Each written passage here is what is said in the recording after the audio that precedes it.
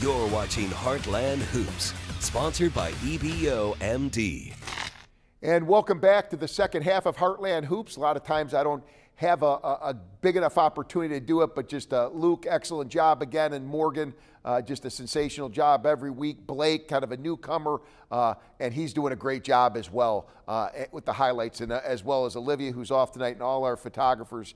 I mean, I'm just more than thankful for the job that we're getting done and getting this on, and to you for helping us get a lot of this video as well. So thank you. Meanwhile, first up, the Scott City Rams visiting the Perryville Pirates. The Rams, hey, looking to build on that 11-game winning streak, also looking for the program's 1,000th win. And Caden Lowry gets a 2 right here, but Perryville would respond. Josiah Freeze gets the pass and puts it up for 2. Scott City back at it again. Passing is Chase Knight, would float it in and gets that basket to go. But again, Freeze, as he's off the fast break, and gets that one to go. But then Perryville also showing off their defense. Josiah Paisley gets the block, but Scott City would keep the offense rolling. Braden Walton gets fouled and gets the basket and they add another, and Scott City wins their 1,000th game for the program, 63-26.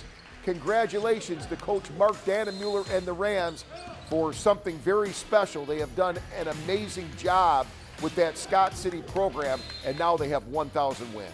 All right, senior night at Saxony Lutheran. The Crusaders hosting Oak Ridge. Tons of school spirit. I love that school spirit. They're all set up. They look like they're ready to do, hey, we want them to do Heartland Hoops as well. Meanwhile, from the outside, Saxony Lutheran, Baylor Wilson puts it in for 3, and boy, do you have a smile to go with it. Then James Hope nails a 3 of his own, but Oak Ridge battling back as Hayden McFall hits a nice fadeaway for 2 points there. The Blue Jays keep the offense rolling. McFall for 2, but the senior responds with the physical bucket right there. Mason Bolin and company almost had a dunk coming up, and meanwhile, we're going to go ahead and put the final up on the board for you as Oak Ridge, they defeat the Crusaders. Tough game, hard-fought game, 50-45, the final score. What a battle out there. All right, time to talk some Ozark Foothills Conference Tournament Championship play, and we're talking boys and girls title matchups. The girls matchup, by the way, featuring Twin Rivers and Donovan. So here we go for the highlights out here. Twin Rivers, Lainey Lawson, she's underneath. She gets the basket right there. Donovan, though, comes right back.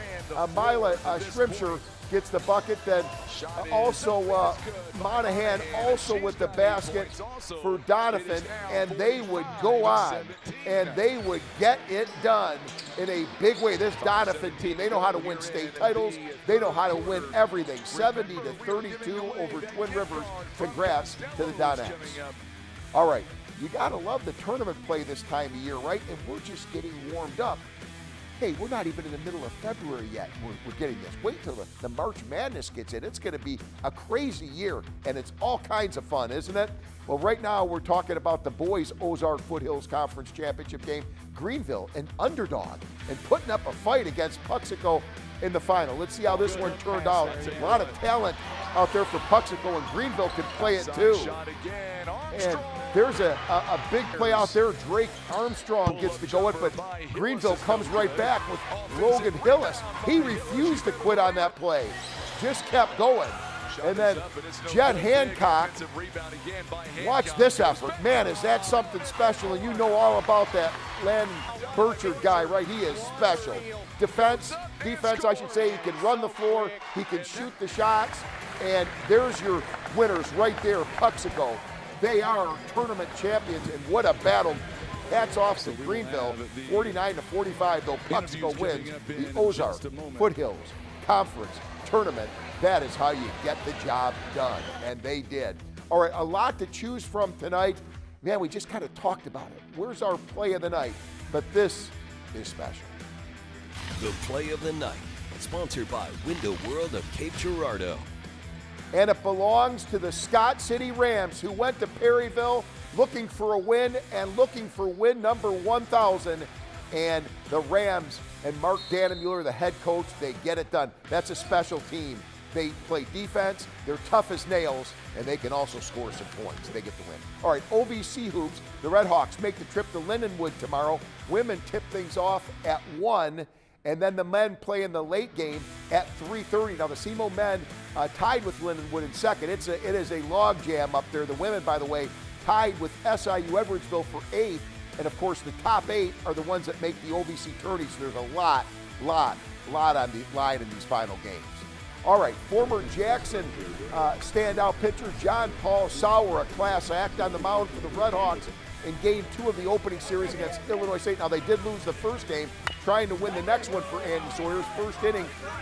And it's a play. That was Sauer getting out of trouble, man, and he get it done. And you can watch the reaction that he gets by the bench right here. And meanwhile, in the second, SEMO drives in a run. Dakota Jogers brings in Joe Hall, made it 3-1. This was a wild game. 7-6, though, Illinois State would hang on. Final game of the series Sunday at 1 p.m.